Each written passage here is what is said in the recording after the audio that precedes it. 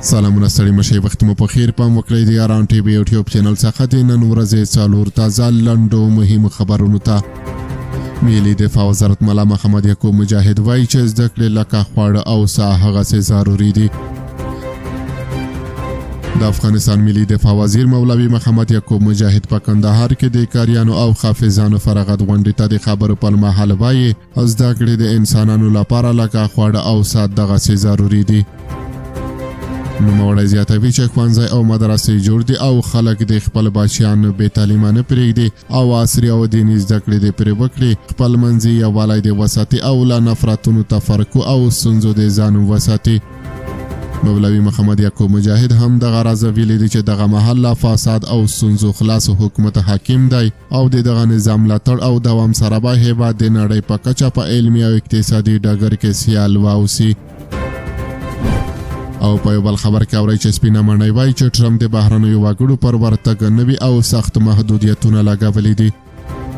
سپینه ماڼۍ په تازه راپور کې ویلي دي چې د امریکا ولسمشر ټرمپ یو فرمان لاسلیک کړی دی چې له مخې یې دغه هېواد ته د هغو هېوادونو د وګړو پر ننوتلو محدودیتونه پراخ او سخت شوي دي چې د امنیتي څېړنو پلاټونو او معلوماتو شریکولو کې جدي نیمګړتیاوې ولري.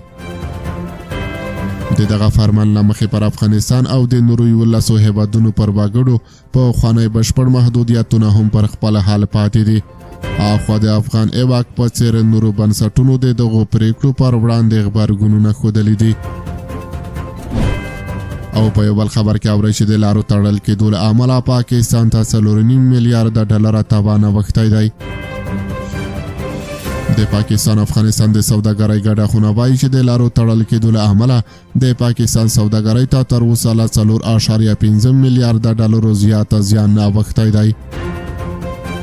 پاکستاني رسنیو د دوی له قوله ویلي دي چې د کرنې او ودانیزو چارو پر مهال هره ورځ د 5.6 میلیونو ډالرو پورې صادرات کېدل.